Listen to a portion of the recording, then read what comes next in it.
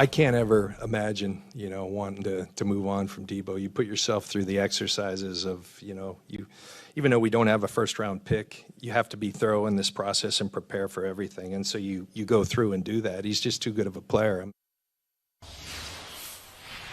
I can't imagine.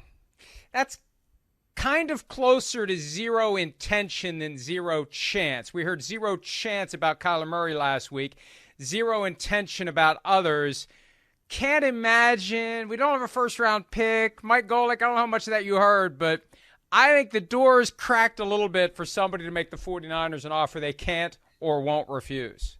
Well, I mean, at some point, you got to make a business decision, right? I mean, if a guy doesn't want to be there, and we're seeing more and more players who are high-level players with a little more power and able to maybe kind of direct where their future is going to be. So you have choices. At some point, is he going to draw a line in the sand that says, I'm not showing up, to where, then a whole nother set of things go in motion? Is it something that can be worked out? Is he no chance, no way, no how, no matter the money, want to be in San Francisco? That's what we just don't know. And then if that is the case, if the discussion is, he doesn't want to be in San Fran no matter the cost, because other teams will be willing to pay him whatever, $25, $28, $29 million a year for whatever the reason. Then if you're San Francisco, there are two ways you can go for a player who is under a contract. It's, well, then sit. You know what? You're not going anywhere.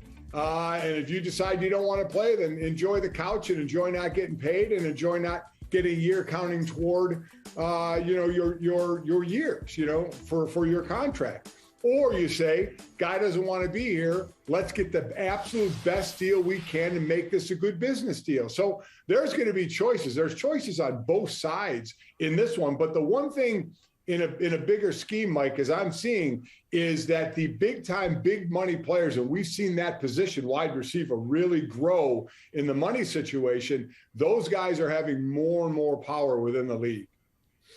And this is such a strange situation. And again, I think of the various Mondays that we get together and do this, how much the NFL world changes from one Monday to the next. We knew that Deebo Samuel was trying to get a contract and he had gotten death threats and racist comments on social media, but it was Wednesday when this notion that he wants to be traded fell out of the sky.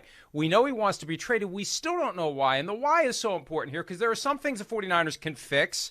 There are some things they can't fix. If he just doesn't want to be in California, they can't do anything about that. If he wants his contract, they could do that. If he wants to be used less as a running back, they could do that. So until we know why, we don't know whether it can be repaired. And you said something, Mike, that dawned on me earlier today during PFT Live, and I wrote about it today at the website. Terrell Owens was really ahead of his time, unfortunately for him. He was the original guy who wants out. But there was no way to get out. There was no social media he could use as a weapon to constantly badger the team and post things and then delete them like Deebo Samuel has been doing. All he could do was shirtless driveway sit-up press conferences, Drew Rosenhaus going next question, next question, next question, and then be as disruptive as possible until it all blew up during the 2005 season. He got what he wanted a year later. It's such a different world now. But he really was, I wouldn't say the trailblazer. He tried to blaze the trail and set himself on fire. It's been blazed now where guys who do want out can make it happen.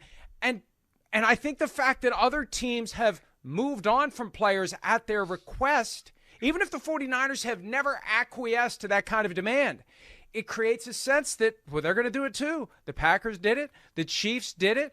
The Seahawks did it. The Texans did it. The Vikings did it with Stephon Diggs a couple of years ago. And the original guy, I think, if we go all the way back to when this started, was Khalil Mack. When he decided, I'm not playing for John Gruden, I want out, and they finally gave in and traded him. Yeah, again, so that's where we are. And the toughest thing, Mike, is we don't know the reason. Does he not want to come out of the backfield more? What did he rush for? 59 times last year. Did rush for 8 touchdowns. So if you take him just as a receiver, well, he had a good year last year, right? 77 receptions for over 1,400 yards and 8 touchdowns and a lot of yards per catch. So if he just wants to be a receiver, his agent can say, listen, his numbers, especially the yardage, are right up there. So obviously not with, a Cooper Kupp of the world as far as the amount of catches, but the yardage is up there. So pay him like one of the top guys, but he just wants to be a receiver. So and again, if that's what you want, you have to make sure the team you go to is willing to just do that.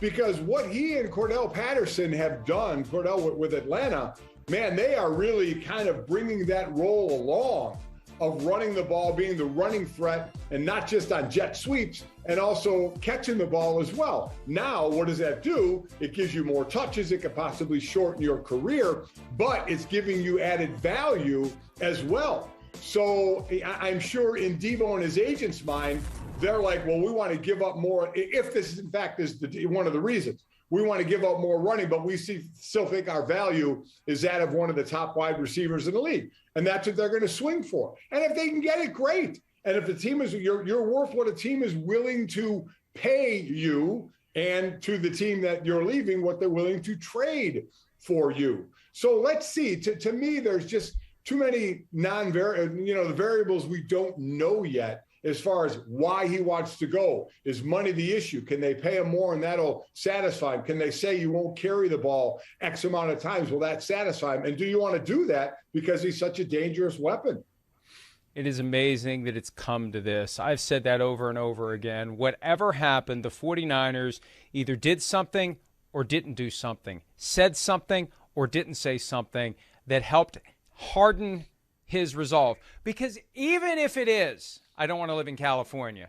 Okay, I'll make an exception because I really love playing for the 49ers. I really love being part of this organization. I can go back and forth. Aaron Donald doesn't love living in California. He's a Pittsburgh guy. He'd prefer to be closer to Pittsburgh. But they take care of him. He deals with it. If the 49ers were properly taking care of Deebo Samuel, he would deal with it too. And I can't help but wonder, Mike, at some level, whether or not the 49ers simply believe they will get themselves another lottery ticket, scratch it off, and get a Deebo Samuel, because they could delude themselves into thinking we made Deebo Samuel. He didn't make our offense. There are plenty of other guys we can plug into our offense who could become Deebo Samuel. That's a hell of a risk to take, because I think there are qualities that Deebo has that you just don't pluck a guy out of the draft and say he's going to become Deebo Samuel. But I do think what we are going to see, Mike, is more and more players being used this way. And I don't just mean in the NFL. I think in college as well. It'll be this new hybrid position that, they'll try and make a position to get paid, like we had talked about before when Jimmy Graham's like, no, I'm a wide receiver. I'm not a tight end, when to try and do that. So I think that's what's going to happen, is more teams, because these are great athletes. These are great athletes who, if they're not touching the ball after taking jet sweeps or taking handoffs or catching screens or going deep, now they become a great threat. So you have to game plan and account for them, which could open up something else. So I don't think, what Deebo is doing and Patterson was doing, we're all like, wow. I think you're going to start to see more and more players want to do this, and more teams want to do this with some players, because it, A, for the player, it adds value for them, and B, for the offense, it gives you a multiple threat that the defense has to account for. Yeah, can we put that last graphic back up? I just noticed something.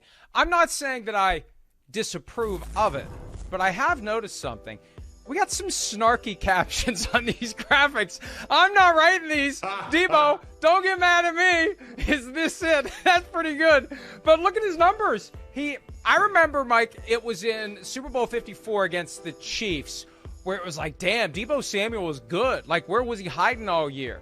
And then in 2020, he was one of the many 49ers who was injured for most of the season. It was only last year that he had that great campaign. So, yeah, the 49ers may not be convinced yet if he's looking at $28 million a year, whatever the case may be. They may not be ready to make that investment. They got themselves a hell of a predicament. They've got $25 million in cap space tied up in Jimmy Garoppolo. More on him in a second. Nick Bosa is going to want to have a big contract. He's got more sustained success than Deebo Samuel. But Deebo emerged, and they allowed this to happen. They relied upon him. They leaned on him. They put the ball in his hands in crunch situations, and he came through. There's a price to pay for that, and there's a risk to take if you say, we'll find another guy who can do this. Tough spot for the 49ers to be in, Mike. Yeah, we throw up that graphic. What did you want to see 1,100 receiving yards, 1,200, then 1,400? Sure, you'd love to see that, but you know the world we live in. What have you done for me lately? And all he's got to do is slap down that last year's statistics right on the table and say, that's what I did. I'm 26 years old. There's more of that where it came from. And in my 3 years, that wasn't the first year. And then I fell off the next 2 years. This was the last year, and I had my best year and one of the best years in the league. So pay me now like you're paying all the other wide receivers. That's where we are. Hi, I'm Mike Tirico, and thanks for watching. Make sure to hit subscribe for the latest news and highlights from NBC Sports.